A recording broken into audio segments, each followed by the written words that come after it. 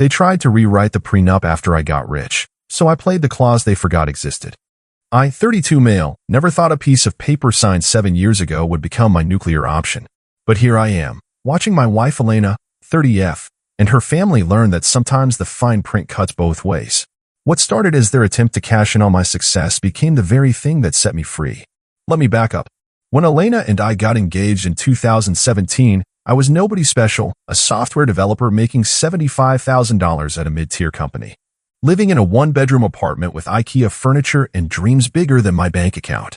Elena came from money. Her father owned a chain of successful restaurants, her mother was a prominent real estate agent, and they lived in a house that could have been featured in Architectural Digest. I loved Elena, but her parents? They tolerated me at best. Her father Ricardo made it clear I wasn't his first choice for his princesa. Her mother Carmen smiled to my face, but I'd catch her whispering to Elena in rapid Spanish whenever I walked into her room. The message was crystal clear. I wasn't good enough for their daughter. You understand, Micho, Ricardo said to me one evening over dinner, using the diminutive like a weapon. Elena is used to a certain lifestyle. We just want to make sure she's protected. That's when they brought up the prenup. I was devastated. Here I was, planning to marry the woman I loved, and her family was already planning for our divorce. Elena tried to soften it, saying it was just a formality, that her parents insisted on it for all their children. It doesn't change anything between us, she said, squeezing my hand. I know you're not marrying me for money, but it felt like they were calling me a gold digger before I'd even said, I do. The prenup was brutal. If we divorced, I'd walk away with whatever I'd earned myself, nothing from Elena's trust fund, nothing from the investments her parents had set up for her, nothing from the properties they'd bought in her name. I'd get my clothes, my car, and whatever was in my personal bank account. That was it. This seems pretty one-sided. I told the lawyer Elena's family had hired to draft it. He shrugged. Your fiancé's family has significant assets to protect. This is standard in these situations. Standard. Like I was some interchangeable fortune hunter who'd wandered into their daughter's life. The worst part was sitting through that lawyer meeting while Ricardo and Carmen discussed my hypothetical greed like I wasn't even there.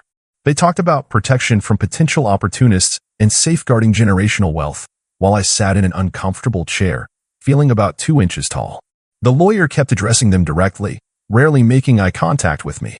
I was just the signature they needed to make their document legal. What if I want to contest some of these terms? I'd asked quietly. The lawyer had looked at me like I'd suggested robbing a bank. These are fairly standard provisions, Mr. Chin. Your fiancé's family has been very generous in their approach. Generous. Right.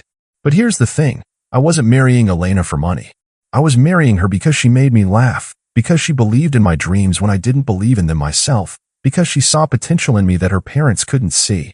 So I signed their prenup. Every humiliating page of it. Elena cried when I told her I'd signed. I'm so sorry, she whispered. I know this isn't fair. But once we're married, once they see how good you are for me, things will change. I believed her. I wanted to believe her. The signing ceremony felt like a funeral for my dignity. Ricardo and Carmen were all smiles, suddenly warm and welcoming now that their daughter's assets were legally protected from her gold-digging husband. They insisted on taking us to dinner afterward, a celebration that felt more like a victory lap for them than anything else. Welcome to the family, Carmen had said, raising her glass. The irony wasn't lost on me. I was welcome now that they'd legally established I couldn't touch their money. The wedding was beautiful, expensive, and everything Elena had dreamed of. Her parents spared no expense. Destination ceremony in Costa Rica, 150 guests, flowers flown in from Ecuador. I felt like an extra in someone else's movie, but Elena was radiant, and that's all that mattered. For the first few years, we were happy. Elena got a job at an art gallery, I kept coding, and we lived modestly in a small house her parents helped us buy. Well, helped Elena buy. The deed was in her name only, for the prenup. I paid half the mortgage anyway. Her parents remained politely distant. I was the son-in-law they'd learned to tolerate, the necessary accessory to their daughter's happiness. Family dinners were exercises in patience, with Carmen asking Elena about work in Spanish while I sat there understanding every third word, and Ricardo discussing business investments I wasn't wealthy enough to understand.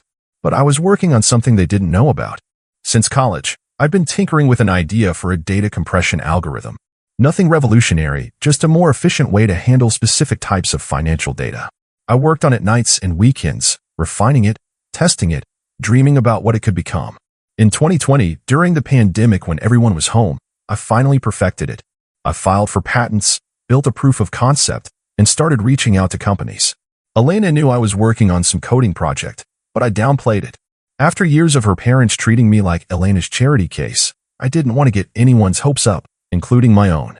Then Goldman Sachs called. They wanted to license my algorithm, not for thousands or tens of thousands, but for $4.2 million. I stared at the contract for an hour before calling Elena. "Honey," I said, my voice shaking. "I need to tell you something." That night, I explained everything. The algorithm, the patents, the Goldman deal. Elena went from confused to excited to absolutely stunned. "For $1 million?" she whispered. "Are you serious? This is incredible. We have to tell my parents." And that's when everything changed. The next family dinner was different. Carmen actually hugged me, when we walked in. Ricardo clapped me on the back and called me Hijo instead of Mijo. Suddenly, I wasn't the disappointment who'd married above his station. I was Elena's brilliant husband who'd struck it rich. "We always knew you had potential," Carmen gushed, as if she hadn't spent 5 years looking at me like I was tracking mud through her house. "This calls for champagne," Ricardo announced, producing a bottle that probably cost more than my old monthly salary. To family. Elena beamed. She was so happy to see her parents finally accepting me, finally seeing what she'd seen all along. I wanted to share her joy, but something felt off. The same people who'd insisted I sign a prenup because I wasn't good enough for their daughter were now celebrating my success like they'd been my biggest supporters all along.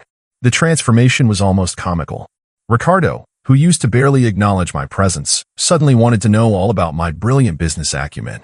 Carmen, who'd spent years speaking exclusively to Elena in Spanish during family gatherings, now made sure to include me in every conversation. They acted like they'd discovered buried treasure in their own backyard. "You know, we always believed in you," Ricardo said during that first dinner after the news broke. "We could see you had that entrepreneurial spirit." I almost choked on my wine. The same man who'd insisted on a prenup because he thought I was after his daughter's money was now claiming he'd always seen my potential. The revisionist history was breathtaking. Over the following months, the family dynamic shifted completely. Suddenly, I was included in investment discussions. Ricardo started calling me with business opportunities. Carmen began introducing me as our son-in-law, the software genius, instead of just Elena's husband. It should have felt good. I'd spent years wanting their approval, their acceptance. But now that I had it, it felt hollow. They didn't love me more. They loved my money more. Elena, meanwhile, was in heaven. Her parents were finally treating me the way she'd always wanted them to. She started talking about upgrading our house, taking expensive vacations, joining the country club where her parents were members. "We can finally live the life I grew up with," she said excitedly. "Isn't this what you always wanted? For them to see how amazing you are." It was what I'd wanted. But not like this. Not because of money. The invitations started rolling in: charity galas, exclusive events, private dinners with Ricardo's wealthy friends. I was being paraded around like a prized acquisition, introduced as Elena's husband, the tech millionaire. I felt like a trophy being shown off, proof that the Rodriguez family had good judgment in allowing their daughter to marry beneath her station. The real problem started about 6 months after the Goldman deal closed. Elena and I were having dinner at her parents' house when Ricardo brought up estate planning. "Now that you're a man of means," he said to me, "we should discuss updating your financial arrangements." "What kind of arrangements?" I asked. Carmen and Ricardo exchanged a look. "Well," Carmen said carefully, "that prenup you signed was written when you didn't have significant assets. Now that you do, it might not be appropriate anymore." I felt my stomach drop. "What do you mean?" Elena reached for my hand. "They just think we should make things more fair. The prenup protects my family's money, but now you have money too. Maybe we should protect both sides equally." "The prenup stands as written," I said firmly. "I signed it in good faith. It doesn't need updating." The room went quiet. Ricardo's smile faltered. Of course," he said quickly. "We're just thinking about what's best for both of you. For the family." But I could see the calculation in their eyes. When I was poor, they wanted to protect Elena's money from me. Now that I was rich, they wanted access to mine. Over the next few weeks, Elena kept bringing it up. Gently at first, then more persistently. "Don't you think it's weird that our finances are so separate?" she asked one night. "We're married. Shouldn't we share everything?" "We do share everything," I pointed out. "I pay for half of everything despite technically owning none of it." "That's not what I mean. I'm talking about real partnership, real equality." "Elena, what's this really about?" She sighed. "My parents think you don't trust me. The prenup made sense when you didn't have anything. But now, it looks like you're planning for our divorce."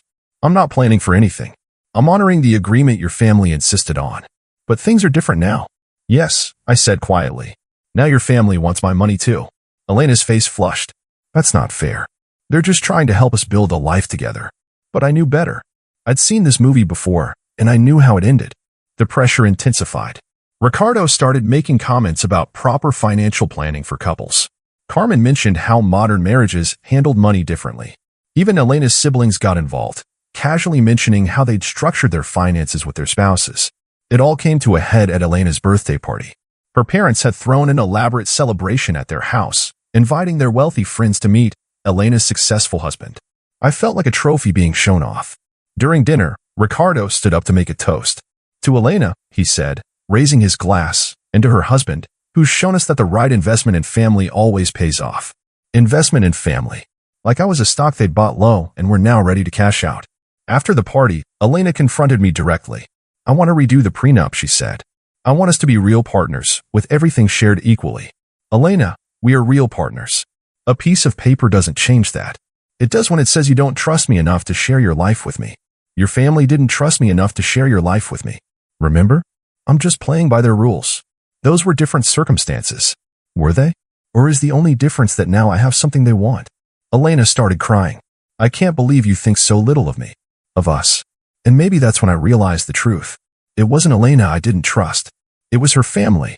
And increasingly, it was the version of Elena who'd emerged since I got rich, the one who suddenly cared about country club memberships and luxury vacations and proper financial planning. I need time to think, I told her. Time to think about what? About whether you love me enough to trust me. Time to think about whether the woman I married would have asked me to change our prenup the minute I got money. The fight escalated from there. Elena accused me of being paranoid and greedy. I accused her of being her parents' puppet. We said things we couldn't take back. That night, Elena slept in the guest room. And for the first time since signing that prenup 7 years ago, I went back and read it carefully.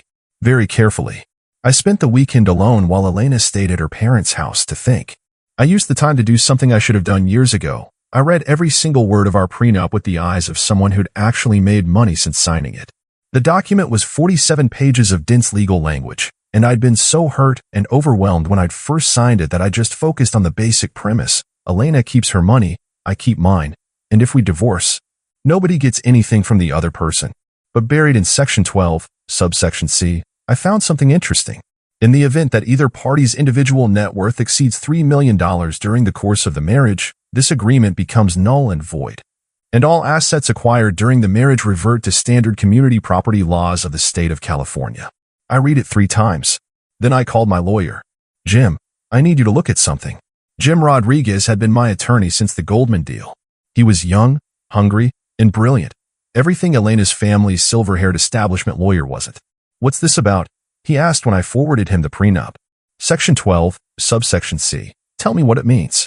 There was a long pause while he read. This is incredible, he said finally. Did you know this was in here? I just found it. Elena's family wants to renegotiate the prenup now that I have money. They want to renegotiate? Are they insane? This clause means you don't need to renegotiate anything. The prenup is already void. My heart started racing. What? Your net worth is over $3 million, right? That triggered this clause. The prenup has been invalid since your Goldman deal closed. Everything you've earned since then, and everything Elena has earned, is community property. But more importantly what? More importantly, everything Elena owned before the marriage that was protected by the prenup, that's still hers individually. But everything she's acquired during the marriage, including gifts from her parents and trust fund distributions, half of that is now yours. I felt like I'd been punched in the stomach. Are you sure? Completely sure. This is actually brilliant legal writing. It's designed to protect both parties once either of them becomes significantly wealthy. The problem is, it sounds like Elena's family doesn't realize this clause exists. Jim explained that this type of clause wasn't uncommon in high-end prenups. It was essentially a safety valve, designed to prevent exactly the kind of unfair situation that could arise if one spouse became dramatically wealthier during the marriage. The $3 million threshold was carefully chosen, high enough that it wouldn't be triggered by normal career advancement, but low enough to activate when someone achieved genuine wealth. The lawyer who wrote this was actually being fair, Jim continued. He probably included this clause to protect both parties, knowing that circumstances could change dramatically over the course of a long marriage. The irony is that Elena's family probably insisted on it as additional protection for her, never imagining it would work in your favor. Should I tell them? Jim laughed. Are you kidding? They're asking you to renegotiate a prenup that's already working in your favor. I'd keep this information very close to your chest until you decide what you want to do with it. That night, Elena came home. She looked tired and sad, and part of me wanted to just fold her into my arms and pretend none of this had happened. I'm sorry about what I said, she began. But I need you to understand how this looks from my perspective. We're married, but we live like roommates splitting rent. That's not what I want for us. What do you want, Elena? I want us to combine our finances. Completely. Share everything equally, the way married couples should. I studied her face. And your parents? What do they want? They want us to be happy. They think financial stress is hurting our marriage. Financial stress? Elena, we're both millionaires. You know what I mean. The stress of keeping everything separate. The stress of not really being partners. I took a deep breath. If I agree to redo the prenup, what exactly are you proposing? Elena's face lit up. 50-50 split of everything. Past, present, and future. True partnership. Including your trust fund? Your inheritance? The properties your parents bought you? She hesitated. We could work out the details. Maybe keep some family assets separate but share everything else. And there it was. They wanted access to my money, but they still wanted to protect theirs. I need to think about it, I said. How long? Give me a week. That week was the longest of my life. Elena was sweet and attentive, clearly hoping to convince me through affection. Her parents invited me to lunch, dinner, a round of golf. Suddenly, I was the son-in-law they'd always wanted. But I couldn't stop thinking about that clause. Section 12, subsection C. During our golf game, Ricardo was particularly chatty. You know, Mijo, he said as we walked to the fourth tee, I have to admit something. When Elena first brought you home, I wasn't sure about you. I could tell, I said dryly.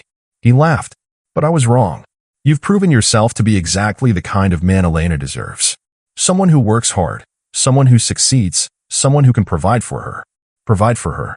Even now, it was about what I could give them. The prenup was my idea, he continued. I insisted on it. I was trying to protect Elena, but I see now that it was insulting to you. A man of your caliber, your success, you deserve better than that. It's fine, Ricardo. I understood why you wanted it. But now we can fix it. Make it right. Show you that you're truly part of the family. I wanted to ask him where this family feeling had been for the past 7 years. But I just nodded and lined up my shot. That night, I made my decision. I called a family meeting for Sunday dinner. Elena was excited, clearly thinking I was going to announce my agreement to rewrite the prenup. Carmen made my favorite meal. Ricardo bought another expensive bottle of champagne. We were sitting around their dining room table, the same table where they'd first brought up the prenup 7 years ago when I cleared my throat. I've thought about everything you've all said, I began. About updating our financial arrangements, about being true partners, about doing what's best for the family. Elena squeezed my hand encouragingly. And I've decided that you're absolutely right. The prenup as it currently stands isn't working anymore. Ricardo beamed. Excellent. We can have our lawyer draft something fair to both sides.